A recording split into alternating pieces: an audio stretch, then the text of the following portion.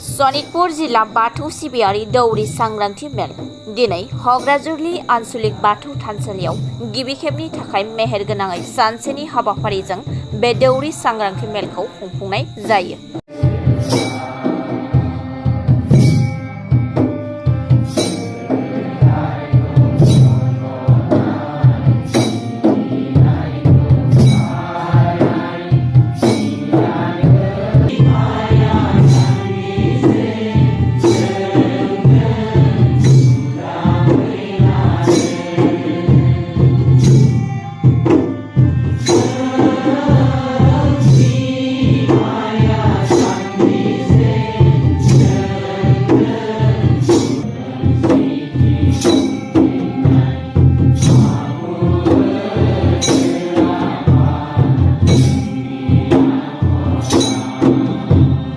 बे मेलाव गाहाय आलासि महरै बाहागो लायो सनितपुर जिल्ला बाथौ दौरि गौथुमनि गाहाय आफादगिरि खानाय बसुमतारी, लोगोसे नेहाथारि बोखां नार्जारी, बोसोनगिरि सनेन बर' आरो गोबां बायदि बिबाननि बिबानगिरि। आन्सलिकनि दौरि आफादनिनो गाहाय आफादगिरि नेहाथारि गासै हग्राजुलि आन्सलिक बाथौ सिबियारि दौरि आसारि बिथांमोना बे मेलाव बाहागो लायो।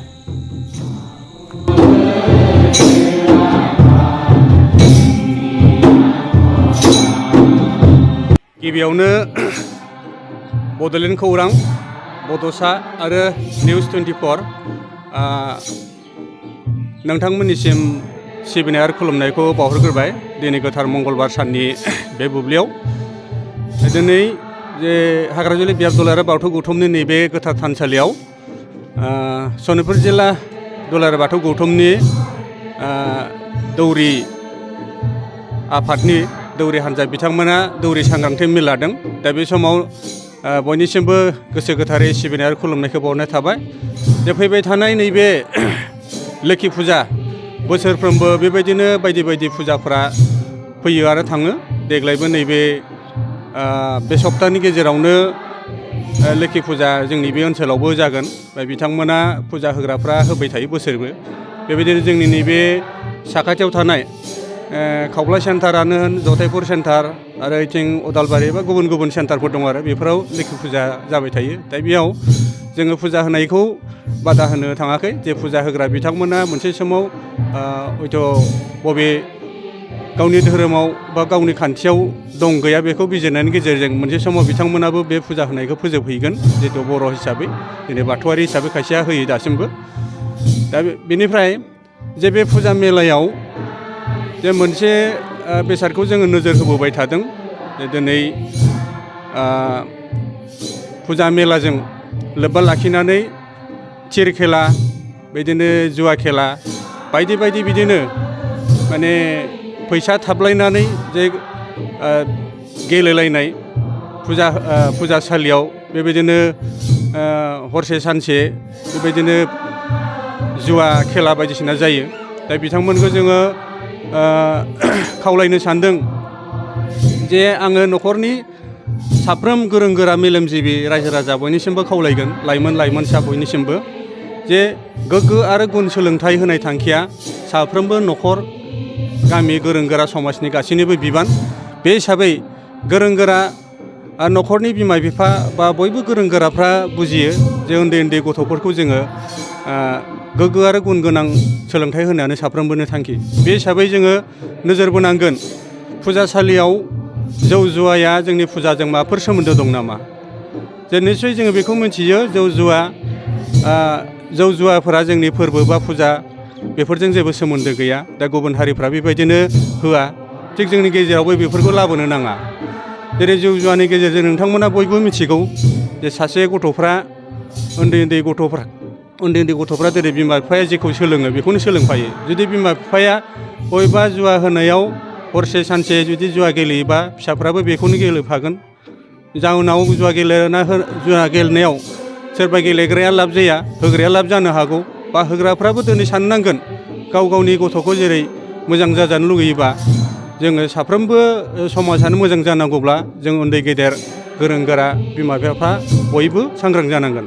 बेखायनो खावलायदों जाहाथे जोङो एसे सिगाङाव फोसावखाबाय मोनफ्रोम गामियावनो जे जोंनि बियाब गौथुमनिफ्राय जाहाथे फैगौ फुजा मेलायाव जाहाथे जौ जुवा थिर खेला बिदिनो बायदि बायदि खेलानिफ्राय बा जुवानिफ्राय जानगाराव थानांगौ समाज बेरेखानिफ्राय जानगाराव थानांगौ बेखौ जोङो खावलायदों हिसाबै जाहाथे फैबाय थानाय फुजायाव साफ्रोमबो जोंनि बे ओनसोलाव थानाय रायजो राजा आइ आफा बिदा फंबाय गोरों गोरा मेलेमजिबि बयखौबो जाहाथे बिनि फारसे बयबो नोजोर होनानै जाहाथे सांग्रांथि थागोन बा जौ जुवा मेलानिफ्राय जानगार थागोन बेखौ जोङो मोनफ्रोमबो आफादखौबो खावलायदों मोनफ्रोमबो आफादाबो बेबायदिनो गुबुन गुबुन बोसोरफ्राव बेबायदिनो गोबां बिनि सायाव खोथा बुंबोबाय थादों दा फैबाय थानाय नैबे बोसोरनिफ्राय जाहाथे बिनि सायाव बयबो आइ आफा रायजो राजाफ्रा बुजिगोन बेखौ आङो खावलायदों। जोंनि सनितपुर जिल्ला दुलाराय बाथौ गौथुमनि दौरि हान्जानि सांग्रांथि मेलखौ जोङो माने सिगाङाव जुरिनानै बियो बारलांबाय आरो दा माने फिन एबारनिफ्राय आरो गोदानै माने लादों मानो होनोब्ला फैबाय थानाय जोंनि दुलाराय बाथौ गौथुमनि सेन्ट्रेलनि जे लोगोसे जोंनि जिल्लानि जे थाम बोसोरसालियानि सावराय जथुम देग्लाय माने बिथांमोना माबाया बडिया मोननैबो हान्जानि जोंनि दुलाराय बाथौ गौथुम सेन्ट्रेल बडिनियाबो बिनि बिबाना एंग्लायनानै गोदान बडि जागोन आरो बिनिफ्राय जिल्ला गौथुमनाबो बेबायदिनो 3 बोसोरनि माबाया बडिया माने सोलायनानै गोदान जाफिनगोन। दा बेवहाय जोङो दुलाराय बाथौ गौथुमजों जोङो लोब्बा लाखिनानै जोंनि गासै बियाब दावबायनायनि हाबाफारि दिनै गिबिसिन जादों। बे हाबाफारियाव जोंनि दौरिफोरखौ जों मथथे सांग्रांथि खालामनो लुबैदों जे बे फैबाय थानाय समाव जोंनि बर' माहारिनि गेजेराव जोंनि बाथौ धर्मनि दौरिफोरखौ जोङो खौसेथि खालामनायखौ जों लुगैदों आरो सांग्रांथि लानो लुगैदों खारन जोङो आर'जनि गेजेरजों माखासे बाथ्राफोरखौ जोङो न'खरनि निदान आफोद खैफोद आफोदनिफ्राय जों अरायबो मोजां साखोन सिखोन खालामनो नाजानायखौ जों लागासिनो दङ। बेनि गेजेरजों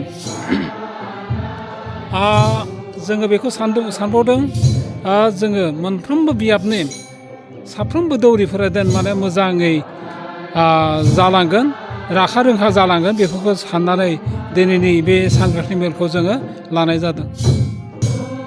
इयुनाव जोङो बेखौनो लुगैदों दि माने फैबाय थानाय समाव जोंखौ दुलाराय बाथौ गौथुमआ जों फोरोंथाइ हाबाफारि होनायाव जेरैबायदि बुंदों बेबायदिनो जों जाजानो लुगैदों जे माने दौरिफोरा साफा माने ओरैबायदि जानांगोन टेलेन्ट जानांगोन दे माने बिथांमोना सोरनिबा जुदि निदान आफोदफोर जायोब्ला बेखौ बिथांमोना आर'ज खालामनाय लोगो लोगो बेनो गोथारलांनायजोंनो आरो माने बेमार आजारनिफ्राय मोजां जालांनो हागोन बेखौ आं माने आं जिल्ला गौथुमनि जानानै आं दौरि हान्जानिफ्राय बेखौ खावलायदों आरो माने बियो माने बिथांमोना दा गोदो जेब्लानाखि माने माबा जादों 1992 मायथाइनि 16 मे गुवाहाटि ट्राइबेल रेस्ट हाउसआव जिथुनाखि माने जोंनि बाथौ हारिनि गिबि माने फोसाबनाय गायसननाय सान फालिदों बेनिफ्रायनो माने जों बुंनो नागिरदों दे दुलाराय बाथौ गौथुमआ दिहुनना होनाय बिजाब बायदि लेखायै जोङो बिश्वकर्मा बा लखि फुजा कालि फुजा दुर्गा फुजा बेफोरनिफ्राय जों गोजान थानांगोन खारन जोंनि बिजाबावनो बे मा होनो बुंदों बिदि फुजा फाथलनि बिधि बिधाननि खुनु माने माबा निम निति गैया